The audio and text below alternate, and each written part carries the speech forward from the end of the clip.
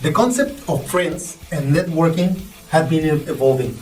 As Frida Kahlo said, fall in love with yourself, with life, and then with whomever you want.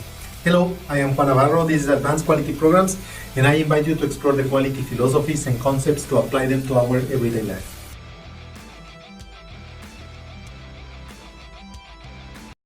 Cultivating a lasting relationship is what modern networking is all about. It extends beyond your current career path, fostering a network that is valuable with connections that will support you throughout your career and your many ventures. This organic process builds relationships with potential collaborators, with future employees, with clients, with mentors, and many more. Our traditional view of networking and friendship is evolving, and it is for a good reason. The world has undergone a significant shift in the way we live, work, and relate. Long-term careers with one company are becoming very rare, less common. Growing often involves moving to a new company, to a new state, to a new city, or even starting your own ventures. As a result, the concept of friend, as we knew it in networking, has evolved from that tight circle of friends from your childhood to a broader network with shared professional interests, and some of the reasons for that are common, and you may heard of them. First, the job mobility. Working for a single company is less likely than it was 20 or 30 years ago. People progress often comes through lateral moves across the different organizations within an industry or an industry sector, and for that reason, building a relationship network throughout your industry becomes essential. Also, there are many changes in changing technologies. Technology now is facilitating the rapid dissemination of knowledge, and you need to gain new perspectives to stay ahead of the curve. You need connections beyond your childhood friends, and you need to broaden your view of the world. And finally, the new industries.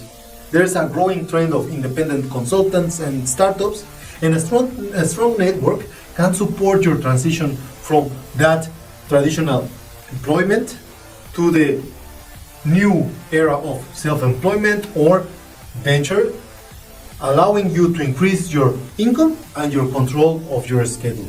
You might wonder why you need to make new friends. Well, you might enjoy your job and you are willing to interact with your boss just because it's necessary.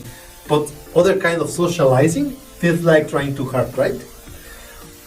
Well, not that fast. Creating a lifelong network is worth the effort. And the reason might sound familiar to you. There are 4 categories or types of networks that describe your friends and family. You have first, one tribe, and this is the largest network you have. This includes your colleagues who are part of the community where you live, your neighbors, and everyone who shares goals, professional goals, location, and even those in the different industries that are having a similar work like yours. Then you have the clan. These are the individuals you interact with socially and professionally, with whom you have a deeper connection than with the tribe. They might be business contacts with whom you are also Facebook or LinkedIn friends with, and also attend similar events like galas or cocktail parties. Then you have the super family, and this is a smaller group among 15 and 20 people who you might invite to social dinners, to business events, and this includes your friends, family, and their connections. And finally, you have the kind. This is your core group of approximately 5 of the closest connections, typically just family or best friends.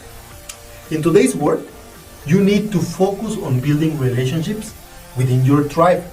The broader your network, the better. As you connect with people in your tribe, Some will naturally transition into the closer circles based on your shared interests. And depending on the connections and the interaction, they will generate opportunities for you to improve your life. How? Well, there are many possibilities. First, there's the serendipity. Your friends, network, they all can put you in situations where unexpected opportunities arise. Chance meetings can lead you to new clients, new ventures, and new ways of interacting.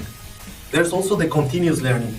Even successful business people keep networking because they understand that the next big opportunity could be right around the corner by learning from the person around them. So that's the way to go. And also the future proofing. Life changes constantly, and we don't know where we're gonna be next week, next month, next year.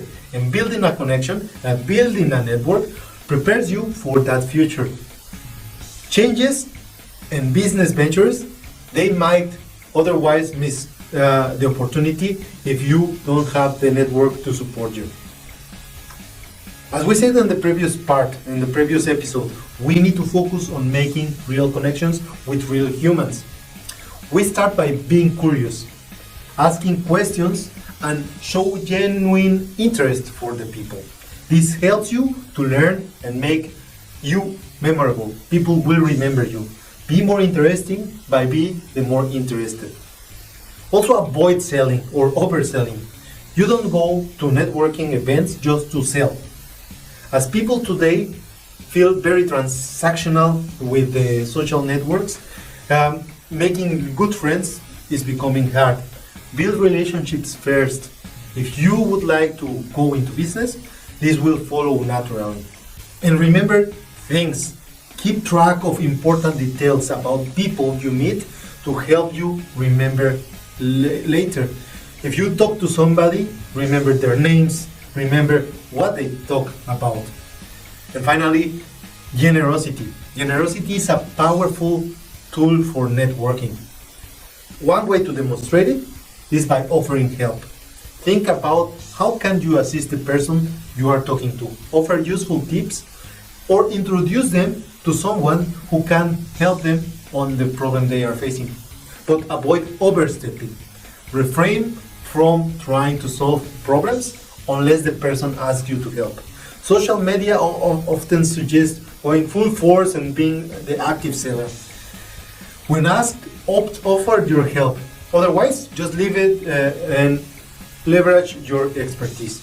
If you are knowledgeable about a topic, then offer advice. But always wait for the network, for the new friend, and for the new connection to ask you first. As we said on the previous episode, networking is all about people. Remember, networking is about human connections. Keep it human by being empathetic, treating others the way you would like to be treated, and remember their names. And making the effort to remember the people name and details about them. Without that genuine connection, networking becomes a transaction and not a friendship. Remember the boundaries. Avoid personal questions until you get to know someone better and focus on the relationship. Think of your network as a collection of friends that can last a lifetime and is a lifetime of enjoying and having many things to remember. Friendship and networking are long-term strategies. Don't focus on immediate gains. Build relationships that will provide and support opportunities for your years to come, as well as you will do for them. You can build your network that sustain you and your friends throughout your careers, your life situation, and beyond. Having friends is cool, it's nice, and makes life better. Embrace the new way of networking, and you will find it more rewarding and enjoyable than just trying to open doors by your own efforts alone.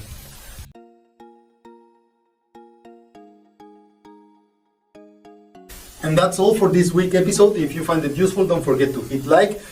I will appreciate all of your comments and your subscription to the channel.